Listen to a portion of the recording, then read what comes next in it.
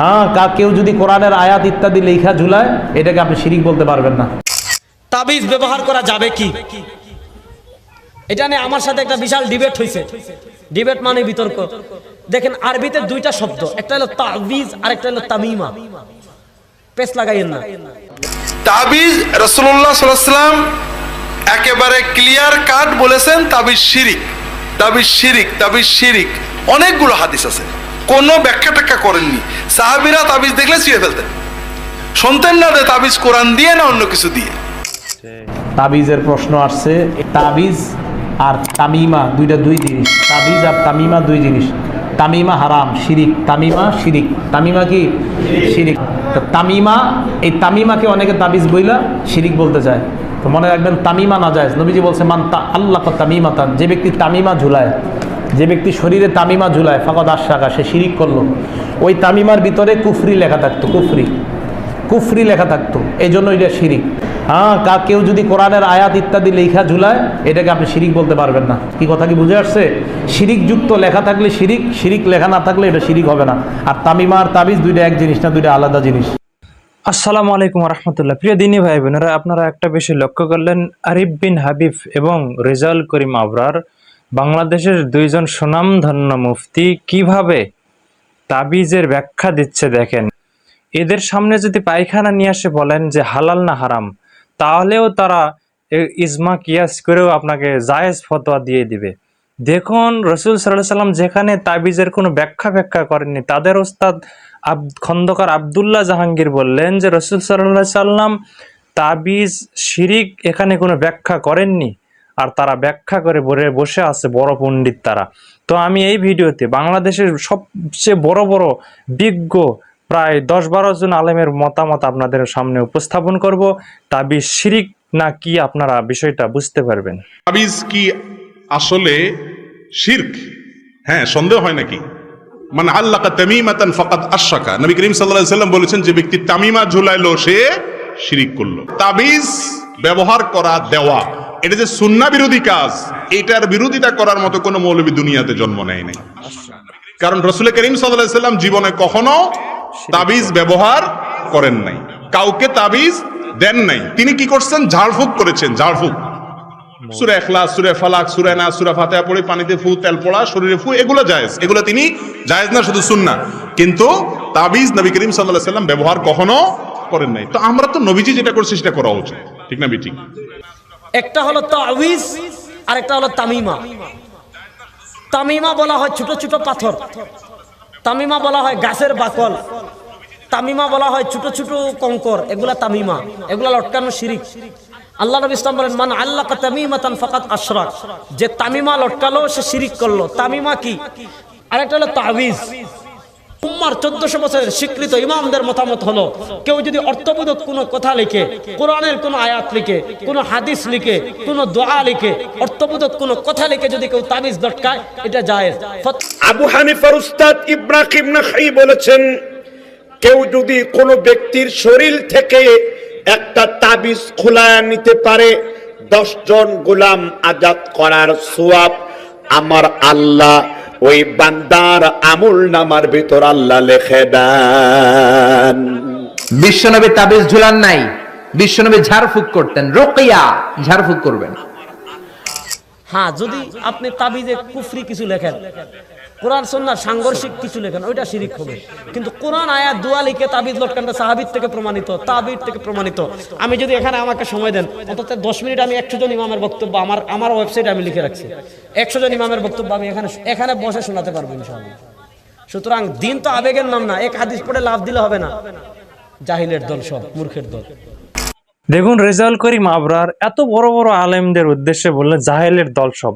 দেখুন, বিশ্বের বড় বড় আলেম সবাই একমত যে তাবিজ শিরিক। তো এই ব্যাপারে সামনে আরো বিজ্ঞ আলেমদের মতামত রয়েছে, আমরা তাদের মতামতটা শুনে আসব। তাবিজ যে শিরিক, এতে কোনো সন্দেহ নেই।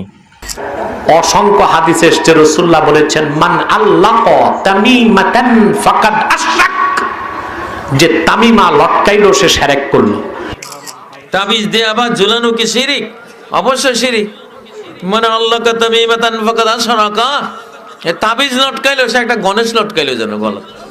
যত তাবিজ কবজ আছে, যত কবর মাজার আছে, যত শিরকের আড্ডাখানা আছে, সব কিছু আল্লাহর উলুহিয়াতের বিরোধী। এগুলো সব কিছু আল্লাহর উপর অত্যাচার। এগুলোকে ভেঙে খাম খাম করে দেওয়া প্রত্যেক মুমিনের উপর জরুরি জিম্মেদারি। এই সেন্সে আব্দুল্লাহ ইবনে মাসউদ থেকে বর্ণিত তাবিজ ব্যবহার করাও জায়েজ নেই, শিরক আর হারাম।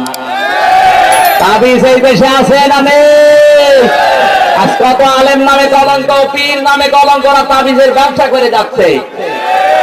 রাসূল সাল্লাল্লাহু আলাইহি ওয়াসাল্লাম অসুস্থ হয়েছেন, সাহাবায়ে কেরাম অসুস্থ হয়েছেন, রাসূলের অতি আদরের দুই নাতি হাসান হোসেন অসুস্থ হয়েছেন, কিন্তু রাসূল কখনো এরকম করে তাদের গায়ে তাবিজ ঝুলিয়ে দেননি, তাদের হাতে তাবিজ ঝুলিয়ে দেননি। যদি আমাদের দেশে আজকে বলা হয় যে আমরা তো অন্য কিছু ঝুলাচ্ছি না, আমরা তো কোরআনের আয়াত ঝুলাচ্ছি, তো কোরআন তো রাসূলের জমানায় ছিল, তিনি কিন্তু কখনো কোরআনের আয়াত লিখে কোনো সাহাবীর গলায় বা হাতে ঝুলিয়ে দেন।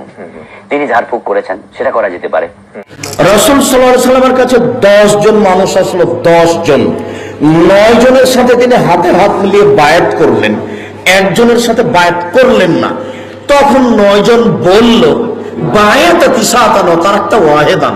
আল্লাহ নবী 9 জনের সাথে বায়াত করলেন, একজনের সাথে করলেন না কেন? তখন আল্লাহ রাসূল বলছেন যে ওই লোকের গলায় তাবিজ আছে। ফাতখায়ে এদা উকাতাহা, লোকটা হাত গলায় ঢুকিয়ে তাবিজটা কেটে ফেললো। ফাবায়াহুন নবী সাল্লাল্লাহু আলাইহি ওয়াসাল্লাম, তখন তার সাথে আল্লাহ নবী বায়াত করলেন। কোরআনী আয়াত দিয়ে বা হাদিসের দোয়া দিয়েও তাবিজ করা জায়েজ নয়, এটি হচ্ছে সঠিক মত।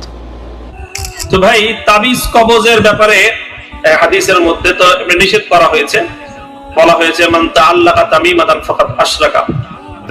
আব্দুল্লাহ ইবনে মাসউদ রাদিয়াল্লাহু তাআলা বলছেন নবী সাল্লাল্লাহু আলাইহি ওয়াসাল্লাম 10টি জিনিসকে খুবই অপছন্দ করতেন। তার মধ্যে একটি হলো তালিকুত তামাইম। কেউ যদি তামিমা ঝুলাইতো, এইটাকে নবী সাল্লাল্লাহু আলাইহি ওয়াসাল্লাম কঠিনভাবে অপছন্দ করতেন। তাবিজ যারা দেয় এরা মুশরিক। রাসূল বলেছেন মান আল্লাকা তামিমাতান ফাকাদ আশরাক। তাবিজ দিবা না, তাবিজ পড়তেও দিবা না, ছুঁড়ে ফেলে দাও।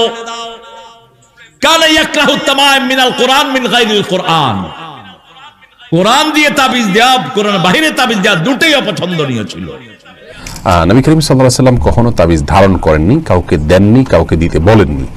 কোরআনে কারীম শেফা হিসাবে এসছে এবং নবী আলাইহিস সালাতু ওয়াস সালাম কোরআনে কারীমকে সেটাকে তিনি শেফা হিসাবে গ্রহণ করেছেন, কিন্তু তার পদ্ধতিটা ছিল ঝাড়ফুঁক। অতএব সুন্নাহ হলো ঝাড়ফুঁকের পদ্ধতিতে যাওয়া, তাবিজ এটি সুন্নাহ নয়। কিন্তু এটা যদি প্রমাণ হয় যে কোনো ইমামের গলার সাথে তাবিজ আছে, অথবা সে নিজে তাবিজের ব্যবসা করে, মানুষকে ফাঁকি দেয়, ধোঁকা দেয়, তাহলে তার পিছনে আপনি সালাত আদায় করতে পারবেন না, কারণ সে মুশরিক। ইন্নামাল মুশরিকুনা নাজাসুন, মুশরিক হলো নাপাক। নাপাকের পিছনে পাক মানুষ আল্লাহর ঘরে কি করে সালাত আদায় করে? খুব সাবধান। এখনো যারা গলার থেকে তাবিজ খোলেন নাই, টান দিয়ে ছিঁড়ে একেবারে ফেলায় দেন ডাস্টবিনে। রাসূলুল্লাহ তাবিজের অনুমতি দেন নাই। হযরতে আব্দুল্লাহ ইবনে মাসউদ রাদিয়াল্লাহু তাআলা আনহু এবং হযরতে হুযায়ফা রাদিয়াল্লাহু তাআলা আনহু সহ অসংখ্য সাহাবী ছিলেন যারা তাবিজকে শিরক বলেছেন, জায়েজ বলেন নাই। কোরআন হচ্ছে আল্লাহর বাণী। আল্লাহর বাণী কিন্তু আল্লাহর সিফাতের অন্তর্ভুক্ত। আল্লাহ ব্যবহারের কারণে এটা এখন হারাম পর্যায়ে চলে গেছে। এই পদ্ধতিতে যদি সে এটা পরিপূর্ণিত জায়েজ হইতো এবং উত্তম কাম হইতো, ঠিক আছে, এবং এটা ওসিলা দিয়েও জায়েজ হইতো। কিন্তু যেহেতু সে এই কোরআন নিয়ে তাবিজ হিসাবে ঢুকাচ্ছে, এই জন্য এটা হারাম পর্যায়ে চলে গেছে। যারা এযাবৎ তাবিজ পরে সালাত আদায় করেছে, তাদের সালাতের এক নেকিও হয়নি, সালাত কবুল হয়নি। একটা পার্থক্য, তাদের আমল একটাও নাই, তাদের ঈমানও নাই, আমলও নাই, তবে মুসলমান থেকে বের হয়নি এখনো। যারা তাবিজ পরে তাদের আমলও নাই, ঈমানও নাই, শুধু মুসলমানিত্বটাকে বাকি আছে। তো আপনারা দেখলেন প্রায় 10-15 জন আলেমের মত এটাই যে তাবিজ দেওয়া শিরিক। দেখুন রেজাল করিম আবরার এবং আরিফ বিন হাবিবের ওস্তাদের ওস্তাদ হবে খন্দকার আব্দুল্লাহ জাহাঙ্গীর। তিনি স্পষ্ট বললেন রাসূল সাল্লাল্লাহু আলাইহি সাল্লাম কখনো তাবিজের ব্যাখ্যা করেননি, কোনো ব্যাখ্যা করেননি। সাহাবা একরাম তাবিজ দেখলে ছিঁড়ে ফেলতেন। আর রেজাল করিম আবরার দলিল কোথায় বলেছে? অসংখ্য ইমাম তাবিজ দেওয়ার মত দিয়েছেন। জি না, রাসূল সাল্লাল্লাহু আলাইহি সাল্লাম তাবিজ দেননি, এটাই শরীয়ত। দেখুন আমি আপনাদের মাঝে কয়েকটা হাদিস উপস্থাপন করি। দেখুন ইমরান ইবনে হোসাইন রাদিয়াল্লাহু হতে বর্ণিত, একদা নবী করিম সাল্লাল্লাহু আলাইহি সাল্লাম এক ব্যক্তির হাতে তামার বালা দেখে বললেন, এটা কি? সে বলল, দুর্বলতার কারণে ব্যবহার করছি। রসুল সাল্লাল্লাহু আলাইহি সাল্লাম বললেন, এটা খুলে ফেলো, কারণ এটা তোমার দুর্বলতা বেশি করা ছাড়া আর কিছুই করতে পারবে না। তুমি যদি মারা যাও আর এই বালা যদি তোমার হাতে থেকে যায়, তুমি কখনো সফল কাম হতে পারবে না। আহমদ, এখানে তামার বালার ব্যবহারের কথা বলা হয়েছে। এরপর দেখি উকবা ইবনে আমির রাদিয়াল্লাহু তাআলা আনহু হতে পরিণত রাসূল সাল্লাল্লাহু আলাইহি সাল্লাম বলেছেন, যে ব্যক্তি তাবিজ ব্যবহার করবে আল্লাহ তাকে পূর্ণতা দিবেন না, আর যে ব্যক্তি করি ব্যবহার করবে আল্লাহ তাকে মঙ্গল দান করবেন না। আহমদ, যে হাদিসটা আব্দুর রাজ্জাক বিন ইউসুফ বললেন সেই হাদিসটা দেখুন। উকবা ইবনে আমির রাদিয়াল্লাহু তাআলা আনহু হতে পরিণত, একদা রাসূল সাল্লাল্লাহু আলাইহি সাল্লামের খিদমতে একদল লোক উপস্থিত হলো। অতঃপর রাসূল সাল্লাল্লাহু আলাইহি সাল্লাম দলটির 9 জনকে বায়াত করলেন এবং একজনকে বায়াত করলেন না। তারা বলল, হে আল্লাহ রাসূল, আপনি 9 জনকে বায়াত করলেন আর একজনকে ছেড়ে দিলেন। রাসূল সাল্লাল্লাহু আলাইহি সাল্লাম বললেন, তার সাথে একটি তাবিজ রয়েছে। তখন লোকটি হাত ভিতরে ঢুকিয়ে তাবিজ ছিঁড়ে ফেলল। অতঃপর রাসূল সাল্লাল্লাহু আলাইহি সাল্লাম তাকে বায়াত করলেন, বলল, যে ব্যক্তি তাবিজ ব্যবহার করলো সে শিরিক করলো। আহমদ, মুসনাদ আহমদের হাদিস। দেখুন, এখানে রাসূল সাল্লাল্লাহু আলাইহি সাল্লাম তাকে জিজ্ঞাসা করেনি তোমার গলায় কি দিয়ে তাবিজ ব্যবহার করা হয়েছে, কোনো কি ভালো কথা দিয়ে বা কোরআন হাদিসের কোনো কথা দিয়ে দেওয়া হয়েছে কিনা, এটা জিজ্ঞাসা করেননি। তাবিজ আছে এই জন্য তাকে মুসলমান করে নিলেন না, তার বায়াত গ্রহণ করলেন না। এই হাদিসগুলো প্রমাণ করে তাবিজ ব্যবহার করা শিরিক। এছাড়া আরো অনেক হাদিস রয়েছে তাবিজ ব্যবহার করা শিরিক। দেখুন, তাবিজ ব্যবহার করা স্পষ্ট শিরিক। আপনারা কেউ তাবিজ ব্যবহার করবেন না। কোরআন হাদিস দিয়ে ঝাড়ফুঁক করবেন, সূরা নাস, ফালাক, ইখলাস এগুলো দিয়ে ঝাড়ফুঁক করবেন, সূরা বাকারার শেষের 2 আয়াত, সূরা ফাতিহা। দেখুন, এইগুলো দিয়ে ঝাড়ফুঁক করায় রাসূল সাল্লাল্লাহু আলাইহি সাল্লামের সুন্নাত। আশা করি আপনারা বিষয়টা বুঝতে পেরেছেন। দেখা হয় পরবর্তী কোনো ভিডিওতে।